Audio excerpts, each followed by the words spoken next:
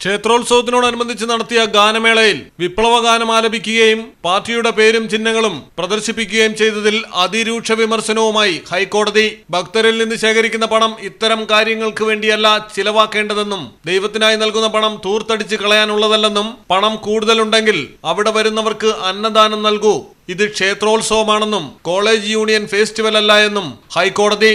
കൊല്ലം കടയ്ക്കൽ ദേവി ക്ഷേത്രത്തിൽ ഉത്സവത്തിനോടനുബന്ധിച്ച് നടത്തിയ പരിപാടിയിലാണ് വിപ്ലവ ഗാനങ്ങൾ ആലപിച്ചതും ഡിവൈഎഫ്ഐയുടെ പതാകകളും ചിഹ്നങ്ങളും പ്രദർശിപ്പിച്ചതും. ആരാധനാലയങ്ങളിൽ രാഷ്ട്രീയം പാടില്ല എന്ന ഹൈക്കോടതി വിധിയുടെ നഗ്നമായ ലംഘനമാണ് കടയ്ക്കൽ ദേവി ക്ഷേത്രത്തിൽ നടന്നത്. ഇതിനെതിരെ വൻ വിവാദങ്ങളാണ് ഉയർന്നുകൊണ്ടിരിക്കുന്നത്.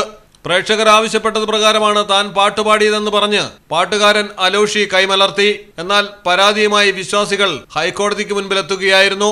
ഉത്സവങ്ങൾ ഭക്തിയുടെ കൂട്ടായ്മയാണെന്നും ക്ഷേത്രോപദേശക സമിതി അംഗങ്ങൾ രാഷ്ട്രീയക്കാരല്ല വിശ്വാസികളായിരിക്കണമെന്നും എന്തിനാണ് സ്റ്റേജിൽ ഇത്രയും പ്രകാശവിന്യാസമെന്നും ഹൈക്കോടതി ചോദിച്ചു.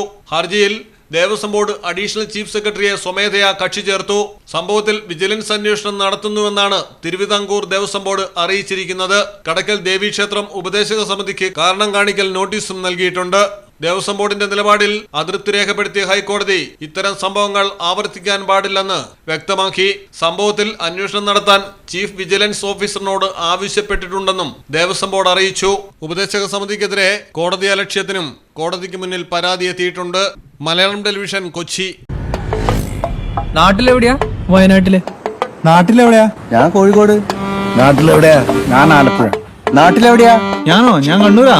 നാട്ടിലെവിടെയാ? എന്റെ വീട് പാലക്കാട്. പാലക്കാടിൻ പൊള്ളിപ്പൊളിയും ചൂടായാലും നാട്ടിലെവിടെയാണേലും കാലാവസ്ഥ എന്താണേലും സിമെന്റ് JSW കോൺക്രീറ്റ് HD തന്നെ. നാട്ടിലെവിടെയാ?